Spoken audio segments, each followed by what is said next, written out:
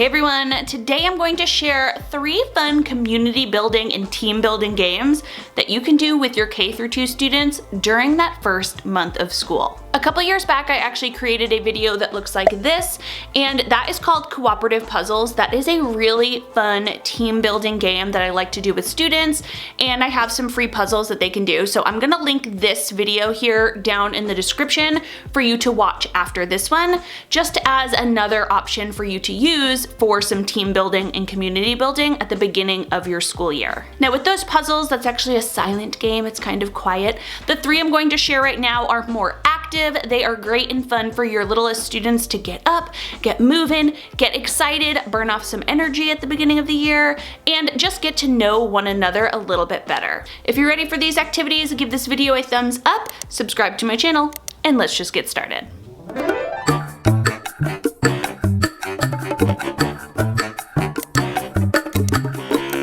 Okay, team building activity number 1 is called Blind Artist. Now, you may have seen something like this before, but I'm just gonna go ahead and show you a little video of how it works. In this game, you'll have students sit back to back so they cannot see one another, and they'll each have a clipboard, a piece of paper, and a marker. One student will be the artist, and the other student will be the blind artist. You can have them choose who's first, or you can choose, it's up to you. And the actual artist is going to tell the blind artist what they're drawing on their paper. So they might say, oh, I'm going to start with a circle up here in the corner. And they may go on, and as they add thing after thing after thing to their illustration, the blind artist is supposed to be listening and figuring out if they can draw the same exact thing. They may ask questions back and forth, but the only thing they cannot do is actually look at one another's paper. Now, you don't want this to be a super long activity with a lot of detail. It's more just a fun and kind of listening-based activity, so I like to set the timer for about 1 to 2 minutes to let students try this out. When the timer goes off, students go ahead, show each other their papers, and this is when the laughing ensues. It can be pretty funny to kind of see what students heard, and then they kind of argue with each other in a polite way. They're like, hey, you said this was over here, and just the different meanings of things that they say. And this is when, after the first round, we take a little break, and I kind of explain the importance of really listening to your partner or asking clarifying questions. Now, this is a lesson that could be done at any time of year to kind of work on those listening skills, but it's a fun one to do towards the beginning of the year because students pair up with somebody new that they might not know.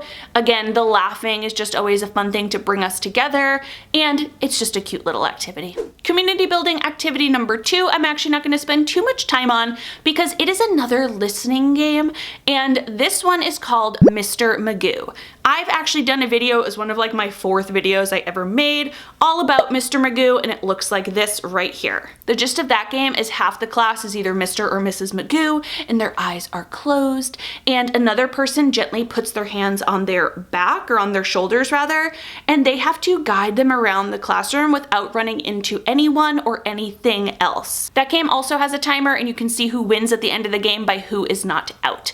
That's a great one for building trust and communication with our new classmates. And community building activity number 3 that I love is called Towel Switch. Now, this game has also been called many different things, and I've seen it played many different ways. Sometimes they call it sheet change, towel change, sheet switch, blanket switch. There's 100 different names for it. But essentially, a point of the game is if you have a towel, and you're doing this with a few different towels, you'll have either 2 or 3 students work together. If you're doing it with a big bed sheet, you can have many more. So you could probably have, 5 or 6 students on the sheet, depending on how big the sheet is, maybe 7 or 8. So you'll see the premise of the game. Basically, the point of this game is that the students on the towel or the blanket will need to stand on one side of it, and they need to work together to figure out how to change that towel over to the other side, how to switch it or change it to the other side without anyone stepping off the towel. This is just one of those cooperative and open-ended games where you kind of throw students in and see what they can do. You give them the directions, and how they get there is completely up to them. What I love about this activity is you really kind of start to see at the beginning of the year which students naturally fall into that leadership role, or which students are a little bit shyer. And you can start to see what students might need to work on with their communication skills. I also love this activity because it is something physical for them to do, for them to get up, stretch their legs, and it doesn't take too much time. In fact, you can set a timer for this one as well, and students can either complete it in the time or they didn't complete it, and we can try again another day. A few videos back, I shared a lesson in which I share 5 things I believe you should teach during that first week of school. That looks like this right here. And in that video, I shared that I like to stick to my schedule each and every day, even during that first week.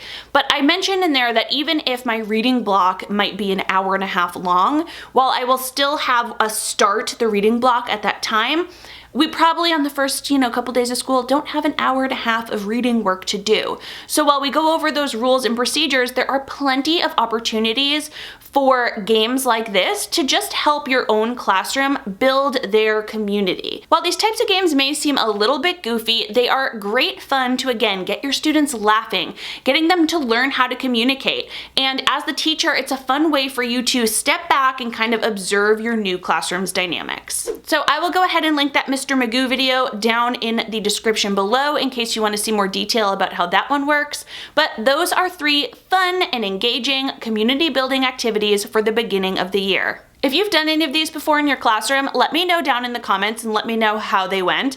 And if not, if you plan on trying any of these, let me know as well. As always, I do hope you enjoyed this video. Please go ahead and give it a thumbs up so I know, and make sure you're subscribed to my channel. I upload a new video every Thursday and Sunday morning with fun teaching tips for kindergarten, 1st, and 2nd grade teachers. See you in the next one. Bye.